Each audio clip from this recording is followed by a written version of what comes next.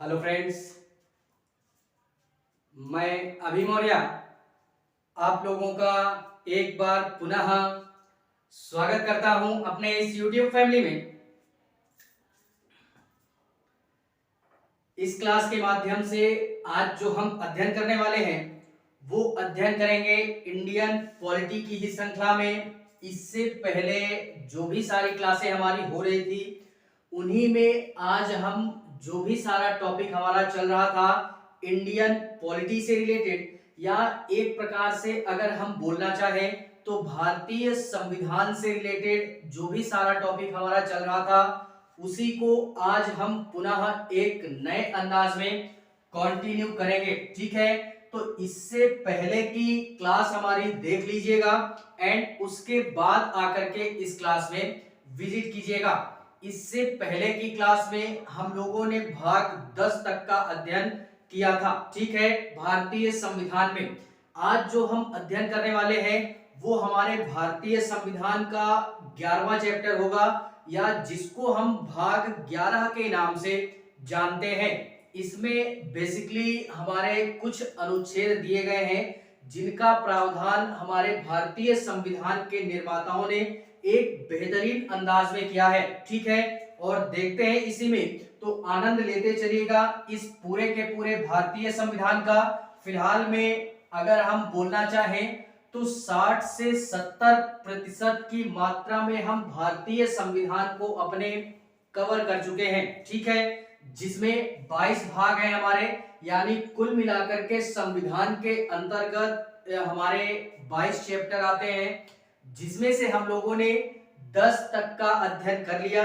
और आज जो हम कंप्लीट करेंगे या इस क्लास के माध्यम से बात करने वाले हैं वो बात करेंगे 11वें चैप्टर की, और आज ही इसको हम समाप्त करने का भी प्रयास करेंगे। ठीक है, देखते हैं इसी में आज जो हम बात करने वाले हैं वो हमारे भारतीय संविधान का 11वां चैप्टर होगा, या भाग 11 के नाम से जानते हैं। और अगर हम इसको अनुच्छेदों में जिक्र करना चाहें तो ये हमारा एक प्रकार से बोले 245 से लेकर के 245 से 245 से 263 के मध्य में, ये हमारा एक प्रकार से बोले तो 245 से 263 के मध्य में जितने भी हमारे अनुच्छेदों का प्रावधान भारतीय संविधान के अंतर्गत किया गया है वो सारे के सारे अनुच्छेद या वो सारे के सारे नियम और कानून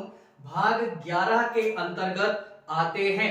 इसमें क्या बोला गया, इसमें बेसिकली हम लोग जो बात करते हैं वो केंद्र और राज्य के संबंधों की बात करते हैं, यानी संघ एवं राज्य के बीच में हमारा क्या संबंध है, किस प्रकार का संबंध है, और संबंध बनाया गया तो क्यों बनाया गया, इन दोनों के मध्य में यही सारी प्रावधान या इन्हीं सारी चीजों को लेकर के जो वर्णन किया गया भारतीय संविधान में वो एक बेहतरीन अंदाज में किया गया और अनुच्छेदों के माध्यम से किया गया है। तो बेसिकली जो हम बात करने वाले हैं या इस चैप्टर को अगर मैं नाम देना चाहूं तो हम लोग नाम देते हैं केंद्र राज्य संबंध के संदर्भ में। केंद्र एवं राज्य के बीच में हमारा संबंध क्या है, इसी संबंध का प्रावधान हमारे भारतीय संविधान में संविधान के निर्माताओं ने किया है।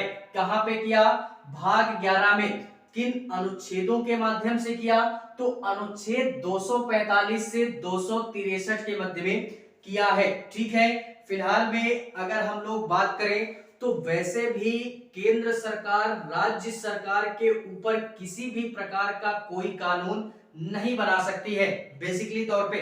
ऐसा क्यों, क्योंकि यार हम लोग जानते हैं जो भी हमारी 7वीं अनुसूची है भारतीय संविधान में उसमें क्या बोला गया, उसमें ये बोला गया है कि जो भी हमारा केंद्र है, जो भी हमारा केंद्र है यानी केंद्र सूची का जो भी विषय होगा या केंद्र सरकार जो कानून बना सकती है वो हमारा एक प्रकार से बोले तो 3 अनुसूचियां हैं, केंद्र सूची, राज्य सूची एंड समवर्ती सूची। समवर्ती सूची, ठीक है, जिसमें केंद्र सूची पर केवल और केवल केंद्र सरकार ही कानून बना सकती है, जिसमें इस समय अगर वर्तमान की स्थिति में बात करें तो कुल मिलाकर के 100 विषय हमारे ऐसे दिए गए हैं केंद्र सरकार को, जो कि इन्हीं 100 विषयों पर केवल और केवल केंद्र सरकार ही कानून बना सकती है पूरे के पूरे इंडिया के अंतर्गत, ठीक है। एंड राज्य सूची की बात करें तो राज्य सूची एक ऐसा विषय है कि केवल और केवल यानी कुछ विषय हमारे ऐसे दिए गए जो कि केवल और केवल इन विषयों पर राज्य सरकार ही क्या कर सकती है, कानून बना सकती है। इसमें किसी भी प्रकार का हस्तक्षेप केंद्र सरकार नहीं कर सकती है। इसमें इसके पहले हमारे 61 विषय हुआ करते थे, लेकिन अब अगर वर्तमान की स्थिति की बात करें तो 66 विषयों को इसमें शामिल किया गया है, ठीक है। लेकिन और ये समवर्ती सूची क्या है? समवर्ती सूची के अंतर्गत केंद्र और राज्य दोनों ही कानून बना सकते हैं, जो कि इसका भी प्रावधान हमारे 7वीं अनुसूची में किया गया है। तो इन तीनों ही अनुसूचियों को याद रखिएगा कि ये 7वीं अनुसूची में इन सारी सूचियों का प्रावधान मिलता है, ठीक है। लेकिन यहां पे क्या बोला गया केंद्र और राज्य संबंध में, यानी इसमें ये बोला गया है, इसमें जो सबसे महत्वपूर्ण बात याद रखनी है कि केंद्र और राज्य के बीच में किसी भी प्रकार का कोई विवाद ना उत्पन्न हो। इन्हीं सारी चीजों को देखते हुए या इन्हीं सारे माहौल को देखते हुए जो भी हमारे संविधान सभा में बैठे जो भी संविधान के निर्माता थे, उन्होंने यार अनुमान लगाया कि कभी भी ना ही भविष्य में और ना ही वर्तमान की स्थिति में किसी भी प्रकार का कोई ना ही केंद्र के साथ में और ना ही राज्य के साथ में किसी भी प्रकार का कोई विवाद उत्पन्न ना हो।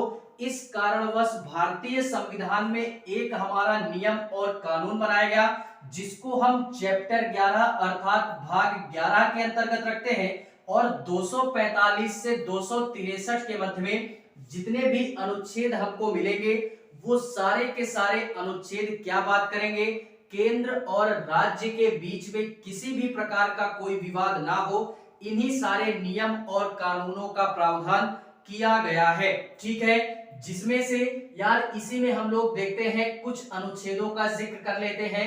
वैसे प्रॉपरली नाम लेकर के हमारा अनुच्छेद नहीं पूछता है, हम लोग 2-3 अनुच्छेद इसमें देखते हैं जो कि बेहद और बेहद महत्वपूर्ण है हमारे जानने के दृष्टिकोण से भी और पढ़ने के दृष्टिकोण से भी, ठीक है। तो फिलहाल में इतनी चीजें याद रखिएगा।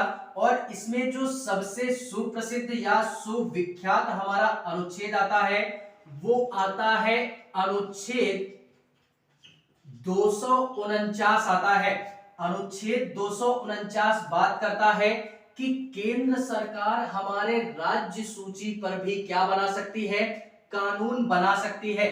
यानी अभी तक हम लोगों ने जिक्र किया, यानी अभी अगर मेरी बातों को पकड़ रहे होगे आप लोग, तो यार अभी मैंने बोला कि केंद्र सरकार राज्य सरकार पे कानून नहीं बना सकती, लेकिन अनुच्छेद 249 क्या बोल रहा है कि किसी भी परिस्थिति में, वैसे भी राज्य सूची पर केंद्र सरकार कब कानून बनाएगी, जब पूरे देश में आपातकाल की स्थिति बनी होगी, ठीक है। तो अगर देश में आपातकाल की स्थिति बनी है तो केंद्र सरकार राज्य सूची पर भी क्या कर सकती है, कानून बना सकती है। ये प्रावधान कहां पे मिलता है, अनुच्छेद 249 के मध्य में। यानी केंद्र सूची, केंद्र सरकार, यानी केंद्र सरकार कहने से तात्पर्य ये है संसद की बात कर रहे हैं हम, क्योंकि नियम और कानून कहां बनता है, संसद में। राष्ट्रपति जी हस्ताक्षर करते हैं तब वो पूरे देश के लिए क्या होता है, एक कानून के रूप में उभर करके आता है, ठीक है। अर्थात केंद्र सूची यानी केंद्र सरकार क्या कर सकती है, राज्य सूची पर भी क्या बना सकती है, कानून बना सकती है। इसका प्रावधान हमारे भारतीय संविधान में अनुच्छेद 249 के मध्य में किया गया है। और ये जो केंद्र सरकार कानून बनाएगी राज्य सूची पर, ये केवल और केवल आपातकाल की स्थिति पर ही बनाएगी।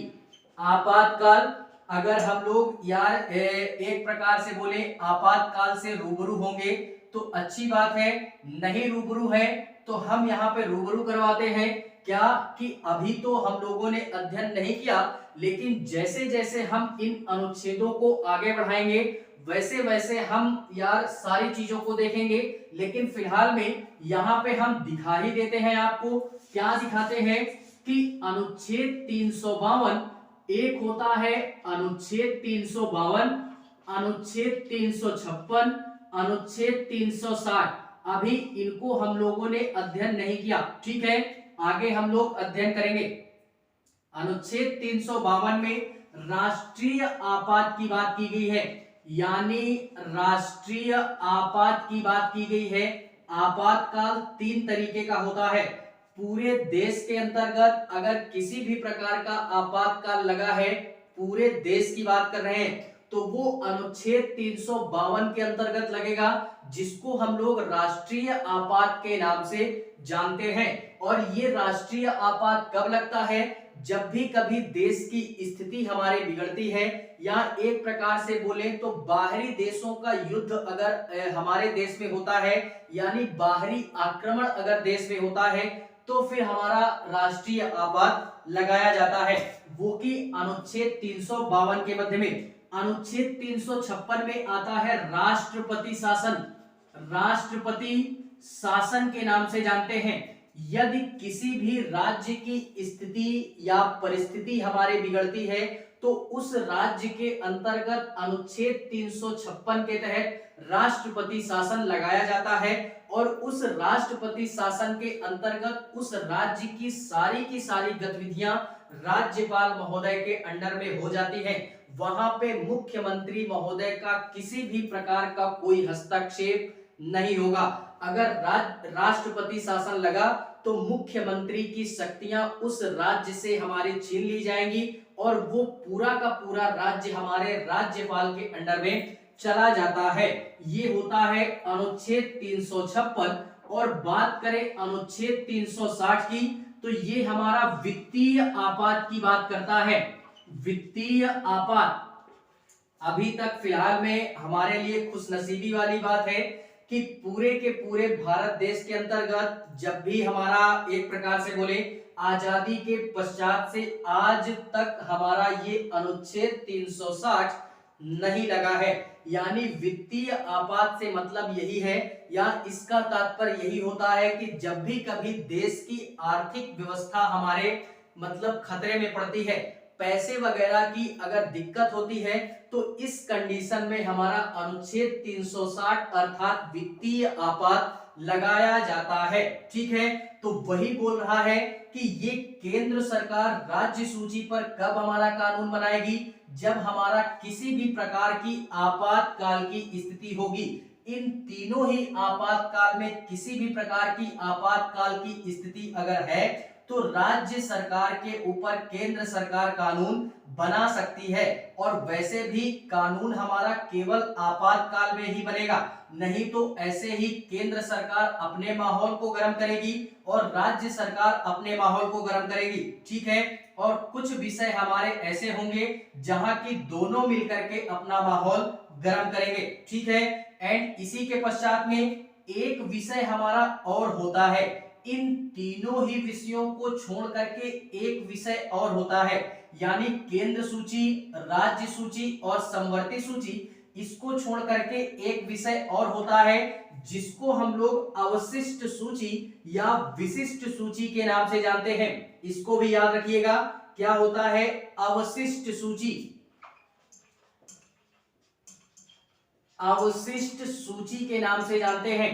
अवशिष्ट सूची हमारी ऐसी सूची होती है जो कि यार एक प्रकार से बोले कि आने वाले समय में या भविष्य में किसी भी प्रकार की अगर कोई दुविधा वाली बात होती है या किसी भी प्रकार का कोई नियम और कानून बनाना है, तो वो सारे नियम और कानून हमारे कहां पे जाएंगे, वो अवशिष्ट सूची के अंतर्गत जाते हैं। आने वाले समय में अगर ऐसा होता है तो और इसको भी याद रखिएगा एक प्रकार से, और एक तरीका ये भी है याद रखने का अवशिष्ट सूची का कि संविधान बनने के पश्चात में किसी भी प्रकार का अगर कोई मैटर हुआ या संविधान बनने के पश्चात में किसी भी प्रकार का कोई आविष्कार हुआ, उस पे कोई हमारा नियम और कानून बनाना होगा, तो वो सारा का सारा माहौल हमारा कहाँ जाएगा, वो जाएगा अवशिष्ट सूची में। और अवशिष्ट सूची में जो शक्ति प्रदान की गई है वो केवल और केवल केंद्र सरकार को ही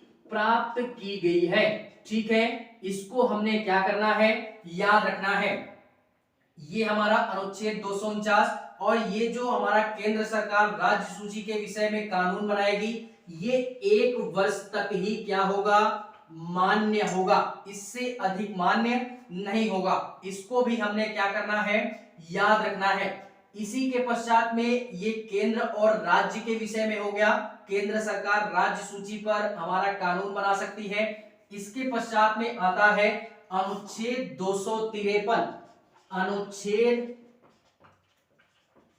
253 ये क्या बोलता है कि ये बोलता है कि जो भी हमारा केंद्र सरकार है या जो संसद है वो किसी भी अंतरराष्ट्रीय कारकों का प्रावधान कर सकती है। यानी जो भी हमारी केंद्र सरकार है, केंद्र सरकार बोल सकते हैं या संसद बोल सकते हैं, केंद्र सरकार या संसद ये अंतरराष्ट्रीय कारकों या करारों बोल सकते हैं, करारों पर प्रावधान कर सकती है। ठीक है, इसका कहने का तात्पर्य क्या है कि मान लीजिए किसी भी प्रकार की कोई अंतरराष्ट्रीय संधि होती है हमारी, फॉर एग्जाम्पल मोदी जी है हमारे वर्तमान में प्रधानमंत्री, और ये अगर विदेश दौरे पे जाते हैं, किसी भी देश में जाते हैं, फॉर एग्जाम्पल अमेरिका ही गए, और अमेरिका में इन्होंने जो बाइडेन जी के साथ में एक हमारा संधि कर ली कि उन्होंने ये कहा कि आपके देश में हम एक फैक्ट्री बनाएंगे जहां पे विमानों को बनाया जाएगा, यानी विमानों को बनाने के लिए एक फैक्ट्री हम आपके इंडिया में लगाएंगे। ये दोनों के बीच में हमारा एक प्रकार से बोले तो समझौता हुआ। ठीक है, और मोदी जी वो समझौता करके आ गए इंडिया वापस। ठीक है, अब क्या होता है कि केंद्र के पास तो अपनी कोई जमीन है नहीं, क्योंकि केंद्र हमारा क्या है, केंद्र हमारा क्या है, केंद्र के पास में अपनी किसी भी प्रकार की कोई जमीन नहीं है। जमीन जो भी है वो किसी ना किसी राज्य की है। ठीक है, क्योंकि 28 राज्य है हमारे, 28 राज्यों में केंद्र के पास में अपनी किसी भी प्रकार की कोई जमीन नहीं है। अब जाहिर सी बात है वो जो समझौता हुआ, अब फैक्ट्री लगानी है तो किसी ना किसी राज्य में लगेगी। ठीक है, और बाई चांस उस राज्य का मुख्यमंत्री या राज्यपाल मना ही कर दे कि हम इस फैक्ट्री को लगाने के लिए मना करते हैं, हम स्वीकृति नहीं प्रदान करते हैं, तो इस संदर्भ में तो यार मोदी जी की बेइज्जती होगी, क्योंकि वो तो समझौता करके आ गए, अंतरराष्ट्रीय संधि करके आ गए। तो इसीलिए ये हमारा प्रावधान किया गया कि संसद अर्थात जो भी हमारा केंद्र है वो उस राज्य के बिना अनुमति के अगर किसी भी प्रकार की कोई अंतरराष्ट्रीय संधि होती है तो किसी भी राज्य के अनुमति के उस राज्य में हमारा कुछ भी कार्य किया जा सकता है, इस पर उस राज्य की अनुमति नहीं मांगी जाएगी। ठीक है, तो बड़े ही बेहतरीन तरीके से ये कार्य हमारा किया जा सकता है, और ये प्रावधान करता है हमारा कौन, अनुच्छेद 253, जो कि केंद्र राज्य अंतरराष्ट्रीय कारकों के संबंध में प्रावधान करता है। ठीक है, इसी के पश्चात में बात करते हैं अनुच्छेद 253 के पश्चात में अनुच्छेद 262 की बात करते हैं। अनुच्छेद 262 अनुच्छेद 262 क्या बोलता है, नदी जल विवाद का प्रावधान करता है, नदी जल विवाद का प्रावधान करता है।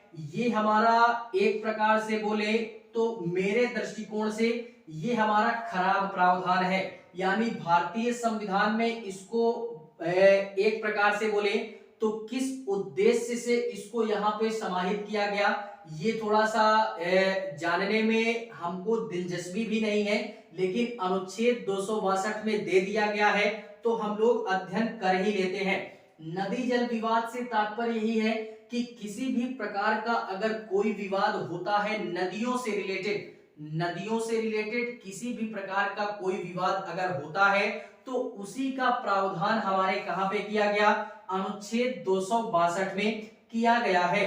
और यार नदी जल विवाद से तात्पर्य यही है, ये खराब प्रावधान क्यों है, क्योंकि यार कोई भी हमारी नदी बहती है तो वो किसी न किसी राज्य से होकर के ही बहती है, पार्टिकुलर किसी का है नहीं, क्योंकि नदी यार किसकी है, नदी पार्टिकुलर किसकी होगी, किसी की नहीं, वो किसी न किसी राज्य से होकर के गुजरेगी। इसमें सबसे बड़ा विवाद हमारा एक प्रकार से बोले तो कर्नाटका और तमिलनाडु के बीच में कावेरी जल विवाद है, जो कि कर्नाटका हमारा तमिलनाडु के लिए पानी नहीं देता है इस कावेरी नदी से। तो बेसिकली यहाँ पे क्या विवाद हुआ, विवाद यही हुआ कि नदी ना ही कर्नाटका की है और ना ही हमारे तमिलनाडु की है, लेकिन फिर भी कर्नाटका पानी देने से इनकार करता है तमिलनाडु को, अर्थात वो एक डैम बना करके एक राज्य क्या होता है कि मान लीजिए हमारा किसी भी राज्य से होकर के नदी बहती है और यार सूखा वगैरह पड़ा तो जिस राज्य में नदी बह रही होगी वो तो हमारा डैम वगैरह बना करके अपने राज्य में पानी रोक लेगी। अब बाकी बचता माहौल है दूसरे राज्य का, क्योंकि उसी नदी पे नदी जल विवाद का प्रावधान करता है।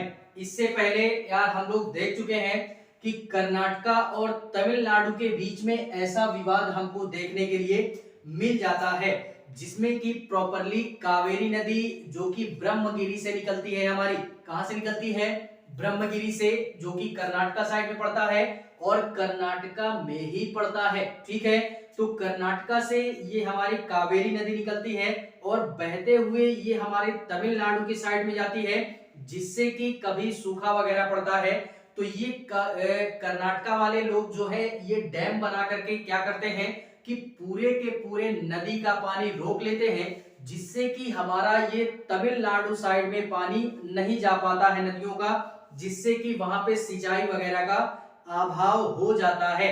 तो ये हमारा विवाद देखने के लिए मिलता है और प्रॉपरली कोई भी नदी हमारी अगर बहती है तो वो यार पार्टिकुलर किसी राज्य की नहीं होती है।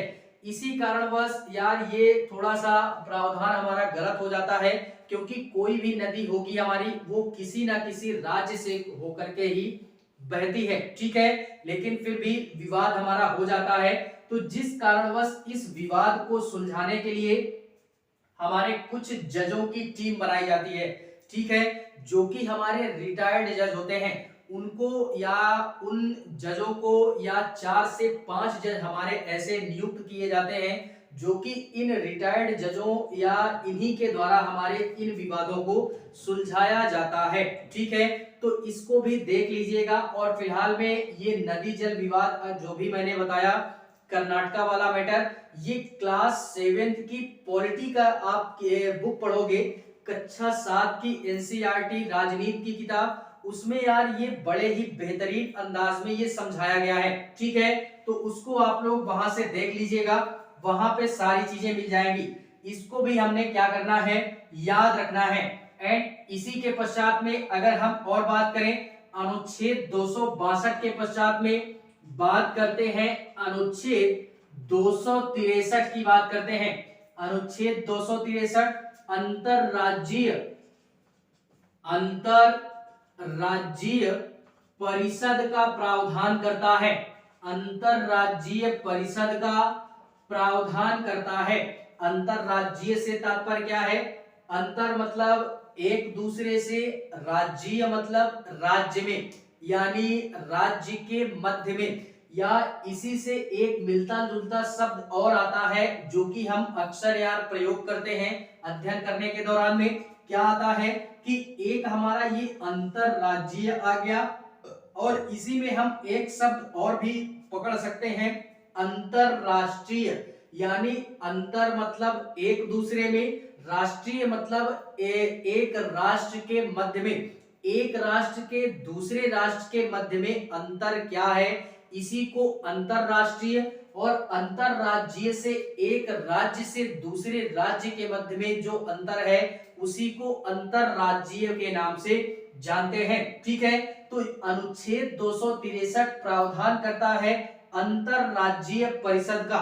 अंतरराज्यीय से तात्पर्य यह है कि अगर किसी भी प्रकार का एक स्टेट से दूसरे स्टेट के मध्य में, एक राज्य से दूसरे राज्य के मध्य में अगर किसी भी प्रकार का कोई विवाद या किसी भी मैटर पर कोई भी हमारा अगर विवाद होता है तो उस मैटर को या उन सभी राज्यों के मुख्यमंत्रियों को बुला करके एक स्थान पे उसकी बैठक करवाई जाएगी और उसकी जो अध्यक्षता करेंगे वो माननीय प्रधानमंत्री जी के द्वारा किया जाएगा।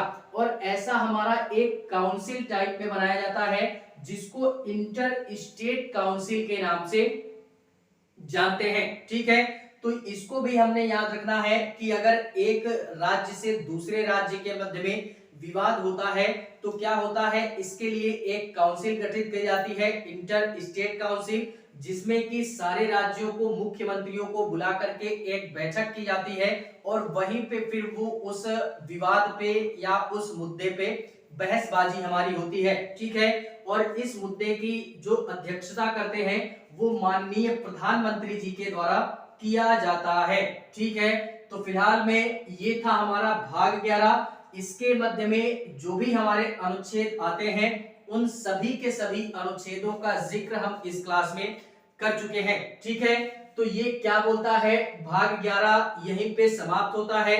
इसके पश्चात में बात करेंगे भाग 12 की, जो कि एक बेहतरीन अंदाज में वो भी बात करता है और वहां पे भी हम लोग बात करेंगे अपनी, जो कि 1 से 2 क्लास में हम उसको भी समाप्त करेंगे। और फिलहाल में पॉलिटी समाप्त होने ही वाली है। ठीक है, तो ज्यादा परेशानी या दुविधा वाली बात नहीं है, सारे सिलेबस को कंप्लीट करते हुए चलेंगे हम लोग। आज के लिए फिलहाल में इतना ही। क्लास अगर अच्छी लगे तो लाइक करें, कमेंट करें और चैनल को सब्सक्राइब जरूर करें। बाकी मिलेंगे इसी भारतीय संविधान की श्रृंखला में किसी नए दिन के चैप्टर में या भाग 12 में। तब तक के लिए जय हिंद।